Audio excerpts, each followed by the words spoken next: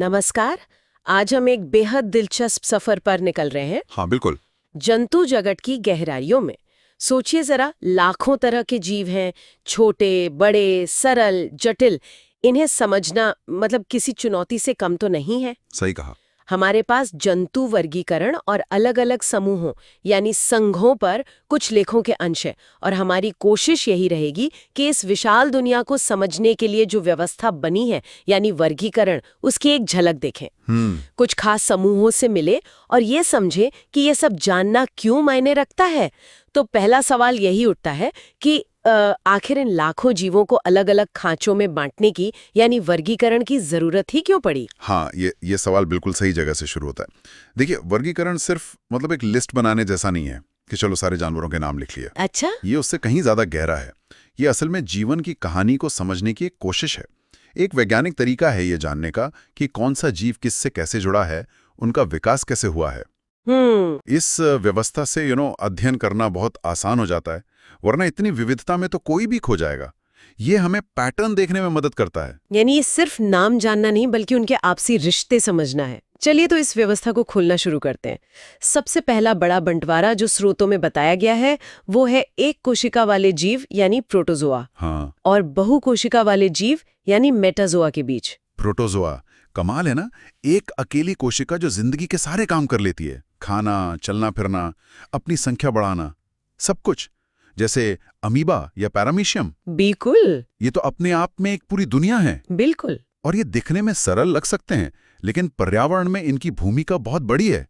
ये food chain का आप कह सकते हैं अहम हिस्सा हैं, पोषण चक्र में मदद करते हैं। अच्छा। और हाँ, कुछ प्रोटोजोआ हमारे लिए खतरनाक भी हैं, जैसे प्लाज्मोडियम जिससे मलेरिया होता है। ओ हाँ, मलेरिया। तो इन्हें समझना सिर्फ अकादमिक रुचि की बात नहीं है, ये व्यावहारिक रूप से भी जरूरी है। सही बात है। अब प्रोटोजोआ से आगे बढ़ते हैं मेटाजोआ की ओर, यानी हम जैसे बहुकोशिकीय जीव। यहां तो कोशिकाओं की पूरी फौज मिलकर काम करती है। हाँ बिल्कुल। मेटाजोआ में भी फिर दो बड़े समूह हैं, अकशेरुकी यानी वो जिनमें रीढ़ की हड्डी नहीं होती, इनवर्टिब्रेट्स। हाँ और कशेरुकी यानी वर्टिब्रेट्स जिनमें रीढ़ की हड्डी होती है। हाँ, और ये जानना बड़ा दिलचस्प है कि दुनिया के लगभग 95% से ज्यादा जंतु अकशेरुकी ही हैं। हाँ बिल्कुल, ये बहुत बड़ी संख्या है। अकशेरुकी जीवों की विविधता तो कमाल की है। तो मेटाजोआ में और क्या खास है? स्रोतों में कुछ और वर्गीकरणों के स्तर बताए गए हैं, जैसे ऊतक और अंग। हाँ, मेटाजोआ में एक बड़ा कदम था कोशिकाओं का मिलकर ऊतक टिश्यूज बनाना, और फिर ऊतकों का मिलकर अंग बनाना। जो सबसे सरल मेटाजोआ हैं, जैसे स्पंज, संघ, पोरीफेरा। अच्छा, स्पंज। उनमें बस कोशिकाएं होती हैं, संगठित ऊतक नहीं होते। इन्हें पैराजोआ भी कह देते हैं कभी कभी।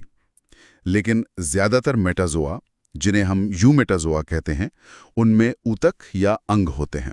ओके। यहीं से शरीर की बनावट और जटिल होती जाती है। और यूमेटाजोआ में एक और दिलचस्प विभाजन है, शारीरिक बनावट के आधार पर सममिति, मतलब सिमेट्री। सम्मिति। हाँ, कुछ में अरीय सममिति होती है, जैसे जेलीफिश। आप उन्हें किसी भी केक की तरह केंद्र से काटें, वो बराबर हिस्सों में बढ़ जाएंगे। ये अक्सर पानी में या तो बहते हैं या एक जगह टिके रहते हैं। अच्छा। दूसरी तरफ ज्यादातर सक्रिय जीवों में द्विपार्श्वीय सममिति होती है, जैसे हम इंसान या कीड़े। हाँ, जैसे हम। हमें सिर्फ एक ही तरह से दो बराबर आईने जैसे हिस्सों में बांटा जा सकता है। इस बनावट ने सिर और पूंछ का विकास संभव किया, जिससे एक दिशा में चलना वो ज्यादा प्रभावी हुआ। वाह, यानी शरीर की बनावट का सीधा ताल्लुक उनके रहन सहन से है। चलिए अब कुछ प्रमुख अकशेरुकी संघों फाइला पर नजर डालते हैं, जैसा हमारे स्रोतों में जिक्र है। शुरुआत करते हैं सबसे सरल बहुकोशिकीय जंतुओं से, पोरीफेरा यानी स्पंज। पोरीफेरा, इनका शरीर कितना अनोखा होता है ना, ढेरों छेदों वाला। हाँ बिल्कुल, और पानी इन्हीं छेदों से अंदर आता है, और इसी पानी से ये अपना खाना और ऑक्सीजन लेते हैं। ओ, उसी से। हाँ, इनमें एक नाल प्रणाली होती है, लेकिन कोई असली अंग नहीं होते। ज्यादातर समुद्र में मिलते हैं। और वो जो नहाने वाला लूफा या स्पंज होता है, हाँ हाँ, बात स्पंज। वो असल में इन्हीं समुद्री स्पंज का कंकाल ही होता है। क्या बात है। अच्छा, स्पंज से एक कदम आगे बढ़ें तो आते हैं सीलेंट्रेटा, जिन्हें नाइडेरिया भी कहते हैं। इनमें अब ऊतक बनने लगे हैं और अरीय सममिति दिखती है। इनकी खास पहचान है वो डंक मारने वाली कोशिकाएं, हाँ, स्टिंगिंग सेल्स, निडोसाइट्स कहते हैं उन्हें। निडोसाइट्स, शिकार पकड़ने और बचाव के लिए। हाइड्रा, जेलीफिश और वो खूबसूरत मूंगे, कॉरल्स, सब इसी में आते हैं। हाँ, और मूंगे तो समुद्री पारिस्थितिकी तंत्र के लिए बेहद जरूरी हैं। कोरल रीफ्स हजारों प्रजातियों को घर और भोजन देते हैं। बिल्कुल। नाइजीरिया में पाचन के लिए एक गुहा भी होती है, मतलब एक थैली जैसा पेट जो स्पंज से ज्यादा विकसित है। ये विकास के क्रम में एक महत्वपूर्ण पड़ाव था। अब आते हैं उन जीवों पर जिनमें द्विपार्श्वीय सममिति दिखनी शुरू होती है। पहले है प्लेटीहेल्मिन्थीज यानी चपटे कृमि। हाँ, फ्लैटवर्म्स। जैसा नाम है वैसे ही चपटे, फीते जैसे। इनमें एक दिक्कत बताई है, शरीर के अंदर अंगों के लिए कोई खास जगह यानी देह गुहा नहीं होती। सही, कोई बॉडी कैविटी नहीं होती। एसिलोमेट कहते हैं इन्हें। कुछ तो आजाद घूमते हैं, पर कई खतरनाक परजीवी होते हैं जैसे टेपवर्म। हाँ, बिना देह गुहा के अंगों का विकास और उनकी गति दोनों सीमित हो जाती हैं। और हाँ, इन परजीवियों का अध्ययन चिकित्सा के लिए बहुत जरूरी है। चपटे कृमियों के बाद आते हैं एस्केहेलमिन्थीज यानी गोल कृमि, राउंड वर्म्स। इनका शरीर गोल होता है क्रॉस सेक्शन में। अच्छा। इनमें पूरी तरह से विकसित देह गुहा तो नहीं होती, पर एक झूठी गुहा जिसे कूट गुहा या सूडोसिलोम कहते हैं वो होती है। सूडोसिलोम। हाँ, ये चपटे कृमियों से एक कदम आगे आप कह सकते हैं। और गोलकृमि भी अक्सर परजीवी होते हैं, है ना? जैसे पेट के कीड़े, एस्कैरिस या वो फाइलेरिया कृमि जिनसे हाथी पांव जैसी भयंकर बीमारी होती है। हाँ, बिल्कुल। तो ये कूट गुहा होने का क्या फायदा हुआ इन्हें? ये कूट गुहा अंगों को मतलब थोड़ी जगह देती है और अंदरूनी दबाव, एक तरह का हाइड्रोस्टैटिक स्केलेटन बनाने में मदद करती है। इससे गति में थोड़ी सहायता मिलती है। ये एक तरह से असली देह गुहा बनने की दिशा में एक प्रयोग जैसा था। अच्छा। असली देह गुहा यानी ट्रू कोलोम का विकास एक बड़ा क्रांतिकारी कदम था जो हमें अगले समूह में देखने को मिलता है। और वो समूह है एनेलिडा यानी खंड युक्त कृमि, सेगमेंटेड वर्म्स। इनका शरीर बाहर और अंदर दोनों तरफ से टुकड़ों यानी खंडों में बटा होता है। हाँ, मेटामेरिक सेगमेंटेशन। और इनमें असली देहगुहा भी होती है। इसका सबसे मशहूर उदाहरण है केचुआ, मिट्टी का दोस्त। बिल्कुल। जोंक भी इसी में आती है। ये खंडों में बटा होना क्यों इतना अहम था? ये सेगमेंटेशन या खंडी भवन बहुत सफल रहा। इससे शरीर के अलग अलग हिस्से खास काम के लिए विशेषीकृत हो सके, गति ज्यादा बेहतर और नियंत्रित हो गई। और हर खंड में कुछ अंगों का दोहराव होने से अगर एक हिस्सा चोटिल भी हो जाए तो जीव के बचने की संभावना बढ़ जाती है। केंचुए का मिट्टी को उपजाऊ बनाना इसी शारीरिक बनावट की देन है। कमाल है। अब चलते हैं जंतु जगत के सबसे सफल और सबसे बड़े संघ की तरफ, आर्थ्रोपोडा। हाँ, आर्थ्रोपोडा यानी जोरदार पैर वाले जीव। कीट पतंगे, मकड़ियां, केकड़े, झींगे, इनकी तो गिनती ही नहीं।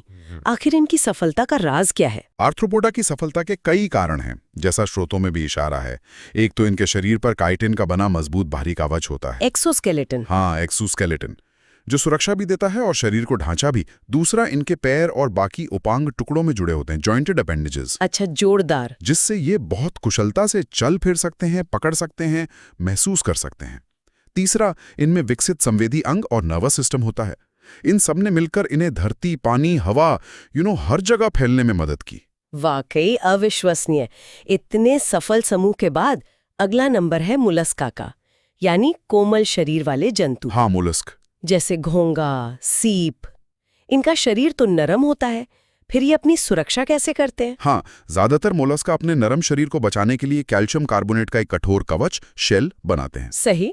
लेकिन कुछ मोलस्क बहुत चालाक निकले, जैसे स्क्विड और ऑक्टोपस। इनमें भारी कवच नहीं होता। हाँ, वो अंदरूनी हो गया या बिल्कुल खत्म हो गया। लेकिन ये तेज शिकारी हैं और ऑक्टोपस तो अपनी बुद्धिमानी के लिए भी जाना जाता है। बिल्कुल।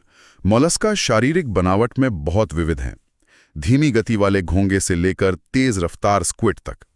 इनमें मैंटल नाम की एक परत होती है जो कवच बनाती है, और कई में रेडुला नाम का एक खास अंग होता है जिससे ये खाना खुरचते हैं। रेडुला? हाँ, एक तरह की घिसने वाली जीभ।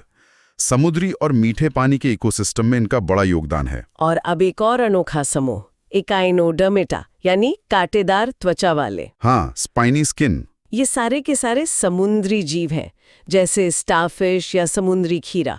इनकी क्या खासियत है? इकाइनोडर्म्स की त्वचा के नीचे कैल्शियम कार्बोनेट की प्लेट्स का कंकाल होता है, जिससे अक्सर कांटे निकले रहते हैं। लेकिन इनकी सबसे अजीब बात है इनकी सममिति। हाँ, वो आपने पहले बताया था। इनका लार्वा तो द्विपार्श्वीय होता है हमारी तरह, लेकिन वयस्क में पंचतई अरीय सममिति पाई जाती है, पेंटारेडियल सिमेट्री। 5 हिस्सों वाली। हाँ, जैसे स्टारफिश की 5 भुजाएं। और इनमें चलने, खाने और सांस लेने के लिए पानी से चलने वाला एक खास तंत्र होता है, वाटर वैस्कुलर सिस्टम, जिसमें ट्यूब फीट होते हैं। Tube feet? हाँ, छोटे छोटे पैर जैसे जो पानी के दबाव से काम करते हैं। ये पंचतई सममिति वयस्क अवस्था में दोबारा विकसित होना वाकई अनोखा है। इनका वाटर वैस्कुलर सिस्टम भी कमाल का है, जो हाइड्रोलिक प्रेशर पर काम करता है। ये धीमी गति वाले जीव हैं, लेकिन समुद्री तल पर इनकी महत्वपूर्ण भूमिका है। कुछ में तो, जैसे स्टारफिश, अपने खोए हुए अंग दोबारा उगाने की गजब की क्षमता होती है। क्या बात है, रीजेनरेशन। अकशेरू की जीवों की दुनिया तो सचमुच अजूबों से भरी है। अब हम उस संघ की ओर बढ़ते हैं जिसमें हम खुद आते हैं, कॉर्डेटा। हाँ, कॉर्डेट्स। कॉर्डेट्स की पहचान क्या है?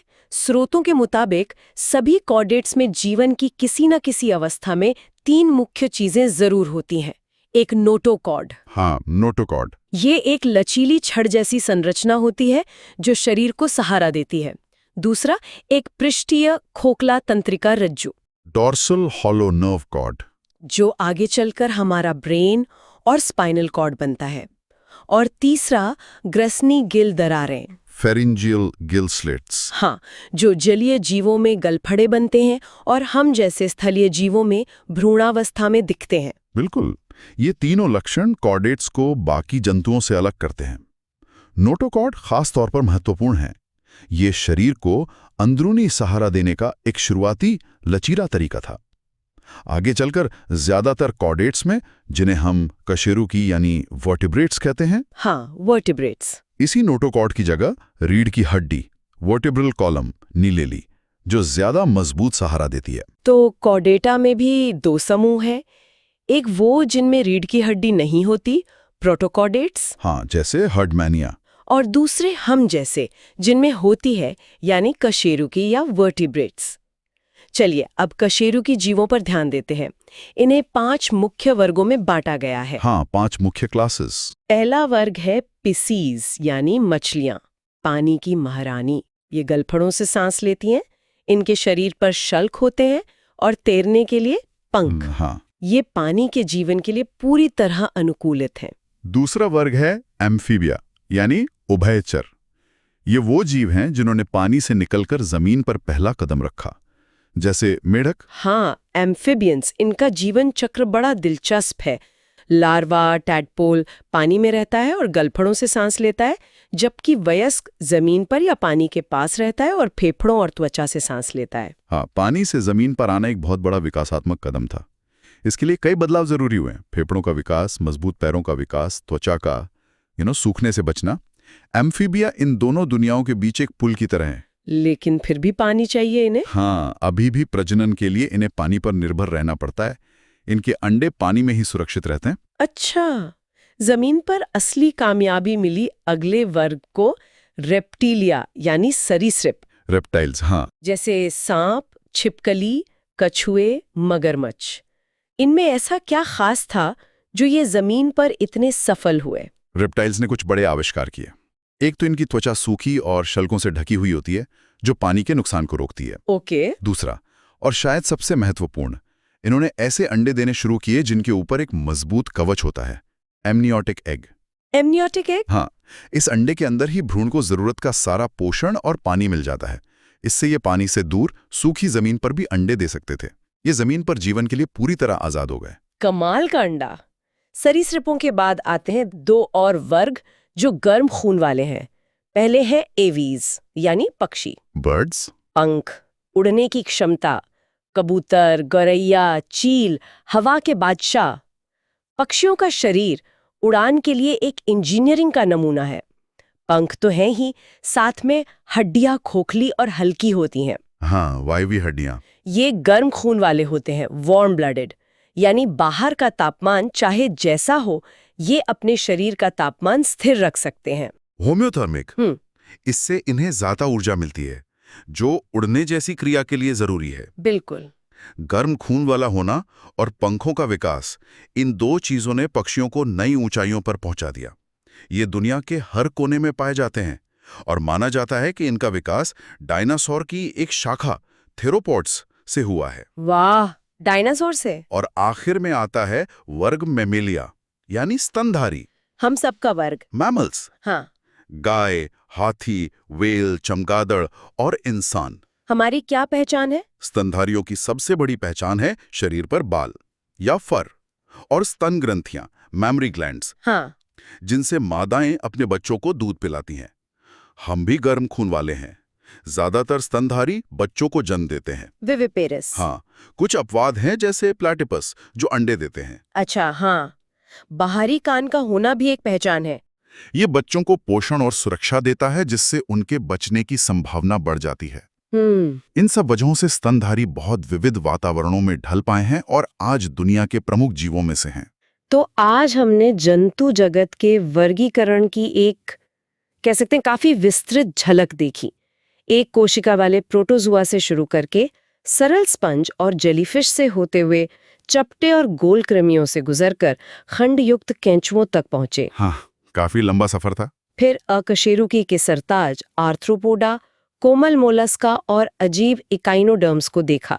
इसके बाद कॉर्डेटा में अपनी जगह पहचानी और कशेरुकी जीवों के 5 वर्गों मछली, उभयचर, सरीसृप पक्षी और स्तनधारी के विकास की कहानी को समझा। सार यही है कि हर समूह खास है, हर किसी ने विकास के क्रम में कुछ नया जोड़ा है। बिल्कुल। और अंत में एक बात सोचने लायक है जो स्रोतों में भी उभर कर आती है। ये जो वर्गीकरण की व्यवस्था हमने देखी, ये कोई पत्थर की लकीर नहीं है। अच्छा? हाँ, जैसे जैसे विज्ञान तरक्की कर रहा है, खासकर जेनेटिक्स की मदद से, डीएनए स्टडीज से, हमें जीवों के आपसी रिश्तों के बारे में नई और ज्यादा सटीक जानकारी मिल रही है। इससे कभी कभी हमें पुराने वर्गीकरण को बदलना भी पड़ता है, समूहों को फिर से अरेंज करना पड़ता है। यह हमें सोचने पर मजबूर करता है, इतनी सारी विविधता के पीछे जीवन के कौन से बुनियादी नियम काम कर रहे हैं। सही। और भविष्य में ऐसी कौन सी खोज हो सकती है? शायद कोई नया जीवाश्म मिले या जेनेटिक डेटा कुछ और बताए, जो जंतुओं के इस पारिवारिक वृक्ष के बारे में हमारी समझ को पूरी तरह बदल दे। ये सवाल ही विज्ञान को आगे बढ़ाते हैं।